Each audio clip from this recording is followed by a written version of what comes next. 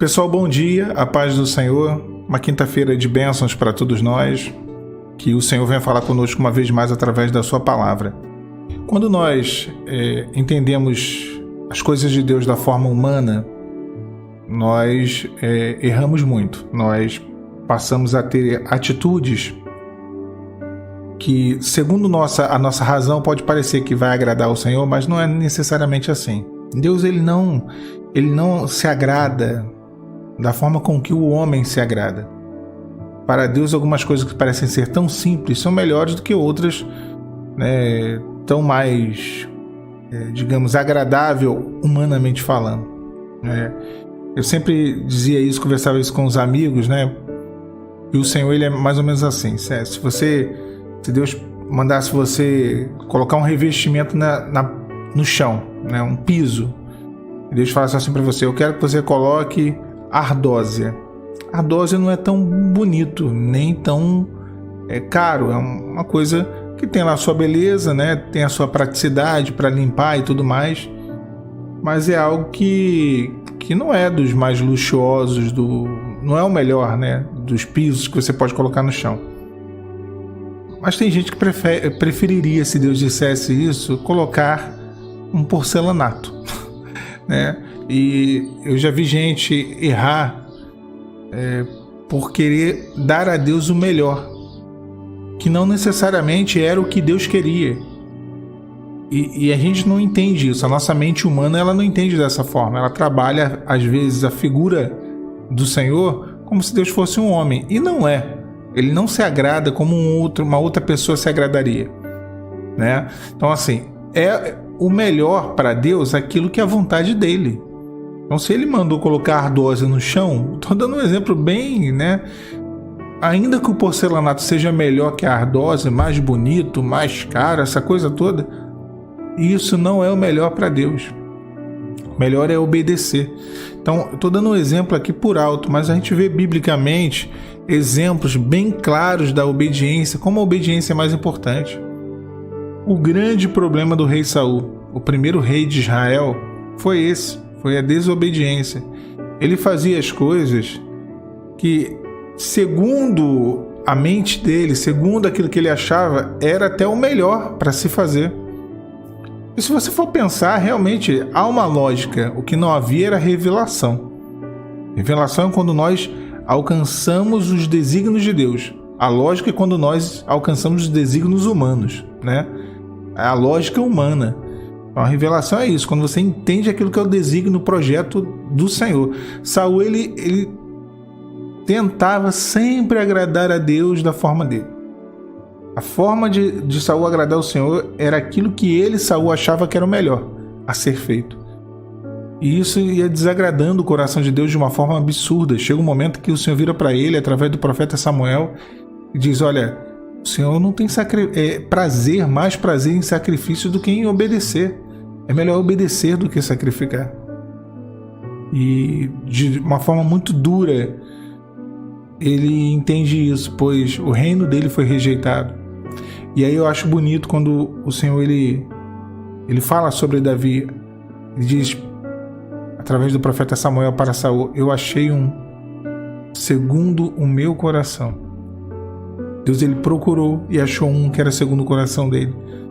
Alguém que faria a vontade dele, que obedeceria.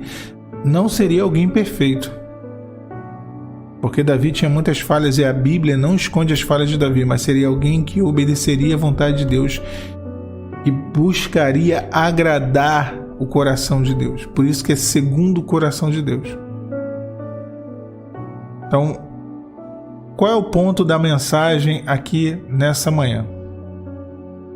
Eu tenho notado sempre nos comentários, eu vejo, as pessoas falam isso comigo também.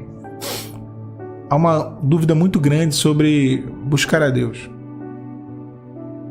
É sempre tentador cair naquela situação de: o que eu posso fazer? Será que eu não deveria orar mais? Será que eu não deveria buscar mais? Será que eu não deveria, olha o que eu vou dizer, me sacrificar mais? Deus não quer isso. Você não precisa entender a lógica, os desígnios humanos para poder alcançar a graça de Deus, alcançar um milagre. Você tem que entender a revelação, os desígnios divinos. Você vai ter que buscar e alcançar de Deus a medida correta para você. No campo de batalha, você tem que ir com aquilo que é a medida de Deus para você. Não adianta querer colocar a armadura de Saul. Davi, a gente estava falando aqui de Saul, quando ele foi enfrentar Golias, Saul pegou a sua armadura, Davi ainda um menino, um jovem, muito novo, e Saul deu a ele a sua armadura. E ele vestiu a armadura de Saul, ele não conseguia nem andar. Aquela armadura não lhe servia. Não lhe servia, porque não era a medida dele. Não era um comprimento, altura. Não era. Era algo que estava pesado demais. Porque era a medida de uma outra pessoa.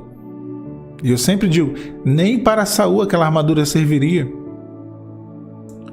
Se servisse tanto assim, ele mesmo tinha enfrentado o gigante. Ele não enfrentou, ele deu a armadura para Davi e falou, vai lá, você vai enfrentar?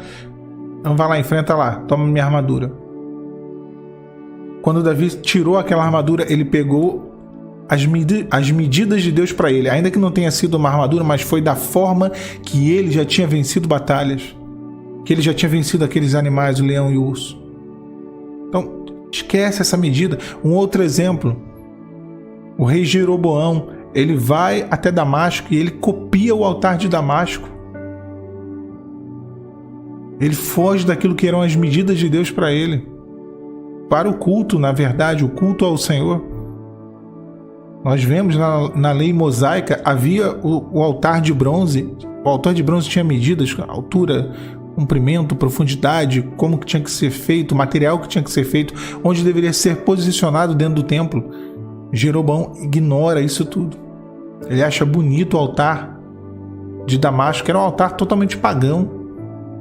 E ele manda o sacerdote copiar o formato do altar e construir aquele altar e colocar no lugar do altar de bronze lá em Jerusalém. Lá em Samaria. O reino já tinha sido dividido, né? Jeroboão reinava no norte, no reino do norte. E aí ele faz dessa forma, e ele bota para escanteio. A palavra fala que ele bota de lado o altar de bronze. Ele bota de lado o padrão que Deus deu. Ele bota de lado as medidas do Senhor. Ele bota de lado aquilo que era o formato de Deus. E coloca no lugar o quê? O formato dele. As medidas do homem, as medidas da razão, as medidas da lógica. Deus não se agradou daquilo. Foi algo abominável diante do Senhor. Tirar o altar de bronze. O altar tipifica isso, a busca, a nossa vida com Deus. O altar tipifica a forma com que nós cultuamos ao Senhor. Deus te deu uma forma, Deus te deu uma medida, Deus te deu um jeito. E às vezes você está olhando para o lado de lá e você fala assim, aquele ali, aquele jeito ali, ó, aquela irmã, aquele irmão ali. Dali é a experiência deles. E às vezes não é nem experiência que a pessoa está tendo. Às vezes não é experiência. No caso do altar de bronze, ele foi substituído pelo altar de Damasco. O altar de Damasco não tinha nada de Deus. Só na cabeça de Jeroboão que aquilo dali poderia ser melhor. Não tinha nada de Deus. Mas Jeroboão se deixou levar pela lógica. Já não estava na revelação, já não tinha experiência com o Senhor. Cuidado com esses sacrifícios. Eu vejo às vezes as pessoas com muitas dúvidas sobre quantidade. E a quantidade é o que menos importa. É o que menos importa. Eu digo para você o seguinte: não confunda constância com quantidade. Quantidade é querer fazer muito. Constância é continuar fazendo, ainda que pouco. A palavra fala o quê? Sede firmes e constantes. Sempre abundantes, no sentido de que o Espírito Santo em nós deve ser abundante. A presença dele deve sobejar.